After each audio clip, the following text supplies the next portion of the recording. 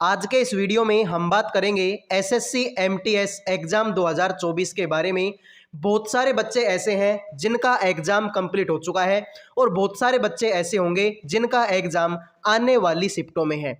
तो जिनका एग्जाम हो चुका है उनके मन में भी एक डाउट है और जिनका एग्जाम आने वाले दिनों में है उनके मन में भी एक डाउट है कि इस बार एसएससी एमटीएस 2024 की कट ऑफ कितनी रह सकती है।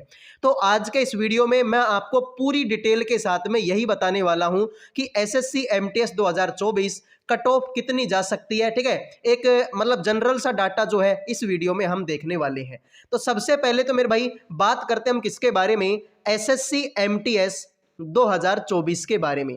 तो 2024 की अगर मैं बात करता हूं तो टोटल वैकेंसी कितनी आई थी, टोटल वैकेंसी आई थी मेरे भाई 9583। यानी कि भाई पहले थोड़ी बहुत ये वैकेंसी कम थी लेकिन बाद में ये वैकेंसियां बढ़कर कितनी हो गई, 9583 हो गई। अगर इसमें हम बात करते भाई एमटीएस की वैकेंसी कितनी है तो एमटीएस की वैकेंसी भाई 6144। और अगर मेरे भाई हवलदार की बात करता हूं मैं तो हवलदार की जो टोटल वैकेंसियां हैं वो कितनी है मेरे भाई 3439। और जब इन दोनों को हम टोटल जोड़ते हैं तो ये वैकेंसियां कितनी हो जाती है 9583। ठीक है, तो सबसे पहले तो हमारा डाटा क्लियर हुआ कि एमटीएस में इस बार वैकेंसी कितनी 9583।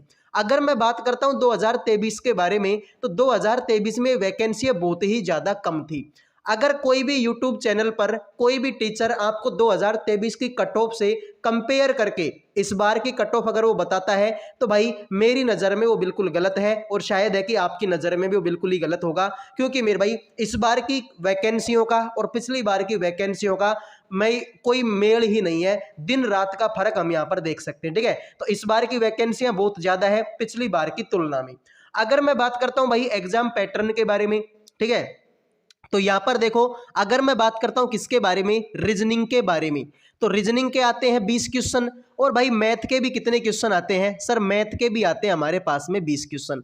अब इन क्वेश्चनों की बात करता हूं तो टोटल क्वेश्चन कितने हो गए, टोटल क्वेश्चन हो गए मेरे भाई 40। क्या इनसे कट ऑफ बनेगी, क्या नहीं भाई इनसे कट ऑफ नहीं बनेगी। इन 40 क्वेश्चनों में से आपके सिर्फ 12 क्वेश्चन क्या होने चाहिए, 12 क्वेश्चन सही होने चाहिए। साथ में मेरे भाई इनमें कोई भी नेगेटिव मार्किंग आपकी नहीं है। यानी कि मेरे भाई और ऐसा भी नहीं है मेरे भाई इनमें से कि भाई 6 रीजनिंग में सही करो 6 मैथ में सही करो, ऐसा भी कुछ नहीं है। तुम्हारे पास में 20 रीजनिंग के क्वेश्चन होंगे और 20 मैथ के होंगे, इनमें से आपको 12 क्वेश्चन सही करने हैं। चाहे तुम पूरे 12 के 12 रीजनिंग के सही कर दो, चाहे तुम पूरे 12 के 12 मैथ के सही कर दो, उनको इस बात से कोई मतलब नहीं है। तुम्हारे सिर्फ 12 क्वेश्चन सही होने चाहिए रीजनिंग और मैथ दोनों में। ठीक है, 40 क्वेश्चनों में से 12 क्वेश्चन सही कर रहे हैं। ठीक है, तो आपका अगली कॉपी जांच होगी, वरना मेरे भाई कॉपी जांच ही नहीं होगी। ठीक है, पहली बात क्लियर। अब मैं बात करता हूं भाई किसके बारे में, जीके और इंग्लिश के बारे में। ठीक है भाई, जीके और इंग्लिश के बारे में बात करता हूं तो भाई कट ऑफ बढ़ेगी यहां से। जीके के क्वेश्चन आते हैं मेरे भाई कितने, टोटल 25 और इंग्लिश के क्वेश्चन कितने आते हैं भाई, टोटल 25। ठीक है भाई, दोनों के मिलाकर टोटल क्वेश्चन कितने हो गए भाई, 50 क्वेश्चन हो गए। 50 क्वेश्चनों की बात करता हूं तो मेरे भाई यानी कि 50 गुणा 3 150 नंबर का पेपर होता है। कितने नंबर का भाई, 150 नंबर का पेपर होता है। यानी कि जो कट ऑफ बनेगी वो बनेगी मेरे भाई कहां से, यहां से। ठीक है, इनका कट ऑफ में कोई भागीदारी इनकी नहीं रहेगी। कट ऑफ बनेगी किससे, जीके और इंग्लिश से। जीके आती है 25 क्वेश्चन, इंग्लिश के भी 25 क्वेश्चन, टोटल 50 क्वेश्चन, 50 दिया 150। यानी कि यहां से आपकी एक बात क्लियर होगी, अगर आपका कोई क्वेश्चन सही है, अगर आपका कोई क्वेश्चन सही है तो उसके आपको 3 नंबर दिए जाएंगे। मान लो सर अगर कोई क्वेश्चन गलत हो गया तो भाई नेगेटिव मार्किंग कितनी है, तो भाई इसमें अगर मैं नेगेटिव मार्किंग की बात करता हूं, अगर कोई क्वेश्चन गलत हो गया तो मेरे भाई आपका 1 नंबर काट लिया जाएगा।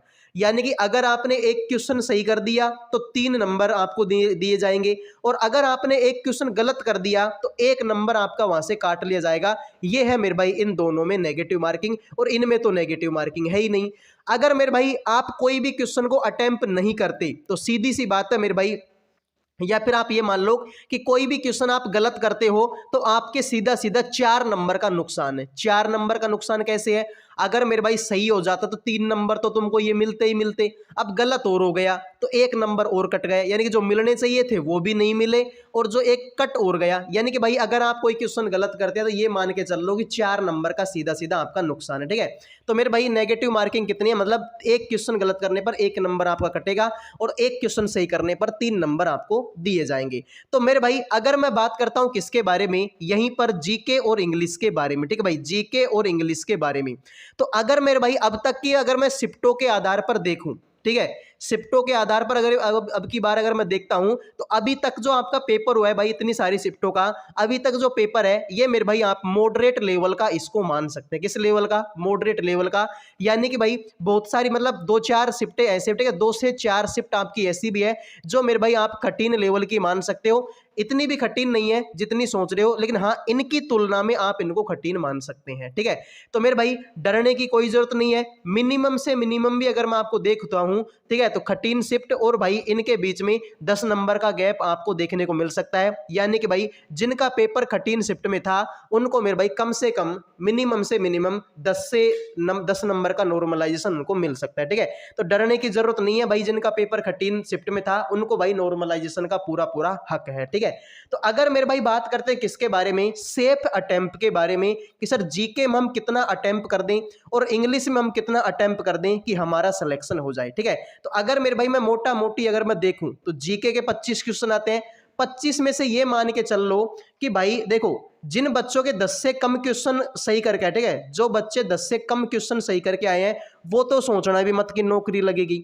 ठीक है, वही सेम हाल इंग्लिश का है भाई। इंग्लिश में अगर कोई बच्चा 10 से 15 क्वेश्चन मेरे भाई सही करके आया है तो सोचना भी मत कि भाई उसकी नौकरी लगेगी। ठीक है, यानी कि भाई अगर नौकरी की आप सोच रहे हो, नॉर्मल से नॉर्मल कैटेगरी एससी एसटी के बारे में भी अगर आप सोच रहे हो तो जीके में आपका स्कोर 10 क्वेश्चनों से ज्यादा होना चाहिए और इंग्लिश में मेरे भाई आपका स्कोर 10 से 15 क्वेश्चनों से ज्यादा ही होना चाहिए। यानी कि अगर मैं मोटा मोटी बात करता हूं तो जीके में मेरे भाई, ठीक है, जीके में आपके क्वेश्चन मेरे भाई लगभग, ठीक है, 13 से 15 क्वेश्चन आपके सही होने चाहिए। ठीक है भाई, 13 से 15 क्वेश्चन आपके सही होने चाहिए और इंग्लिश की मैं बात करता हूं तो 20 के आसपास या 20 प्लस क्वेश्चन आपके लगभग आपके सही है तो मेरे भाई आप जो है कंपटीशन में है, आपका सिलेक्शन हो सकता है। ठीक है, यानी कि अगर मैं नॉर्मल से नॉर्मल देखूं तो अगर आप यूआर कैटेगरी में है, यूआर कैटेगरी में है तो भाई 20 और 15 कितने, 35, यानी 50 क्वेश्चनों में से आपके 33 से 35 क्वेश्चन सही है तो मेरे भाई आपके नौकरी लगने के पूरे पूरे चांस है। आप मेरे भाई किस में हो, कंपटीशन में। ठीक है भाई,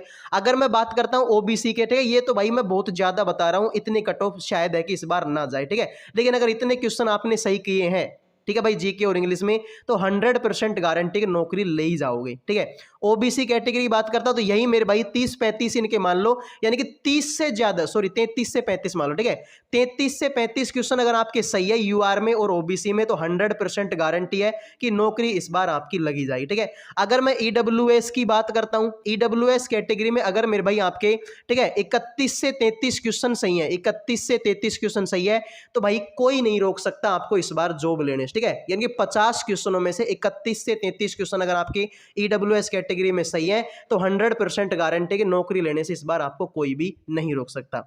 अगर मैं एससी एसटी के बारे में बात करता हूं, एससी एसटी कैटेगरी मेरे भाई अगर 30 के आसपास भी क्वेश्चन आप लोगों के सही है, यानी कि भाई जीके और इंग्लिश दोनों का मिलाकर 30 के आसपास क्वेश्चन सही है तो 100% गारंटी कि एससी एसटी कैटेगरी में आपकी नौकरी पक्की है। तो मेरे भाई मैंने आपको बताया यूआर कैटेगरी, मैंने आपको बताई ओबीसी कैटेगरी, मैंने आपको बताई ईडब्ल्यूएस कैटेगरी, मैंने आपको बताई एससी और मैंने बताई आपको एसटी। तो यूआर कैटेगरी मेरे भाई स्कोर कितना यूआर ओबीसी में, तो भाई 33 से 35 के आसपास अगर आपका स्कोर है तो 100% गारंटी है नौकरी ले जाओगे। ईडब्ल्यूएस मेरे भाई 31 से 33 के आसपास में नंबर है तो 100% गारंटी नौकरी ले जाओगे। एससी एसटी मेरे भाई 30 के आसपास में अगर तुम्हारे क्वेश्चन सही है तो 100% भाई। ठीक है भाई, 33 से 35 नंबर का मतलब है कि 110 के आसपास में तुम्हारे नंबर बन रहे हैं। ठीक है, इसमें मेरे भाई देखे 33-99 यानी कि 100 नंबर के आसपास में नंबर बन रहे हैं। इसमें देखे तो भाई 85 से 90 के आसपास में तुम्हारे नंबर बन रहे हैं। तो इतने नंबर है तो बिल्कुल भाई सेफ स्कोर है, आप इस बार नौकरी की सोच सकते हैं। ठीक है, तो ये सारी कट ऑफ का वीडियो था। बाकी जिस भी शिफ्ट में आपका पेपर था और आपके कितने नंबर बन रहे हैं, ठीक है। अपनी शिफ्ट, अपनी अपनी शिफ्ट और मेरे भाई अपना अपना सेफ स्कोर, ठीक है, अपने अपने नंबर, सॉरी, अपनी अपनी शिफ्ट और अपने अपने नंबर मेरे भाई कमेंट कर देना, ताकि कट ऑफ का और सटीक एनालिसिस हम लगा पाएं, ठीक है। तो अगले वीडियो मिलेंगे। जय हिंद, जय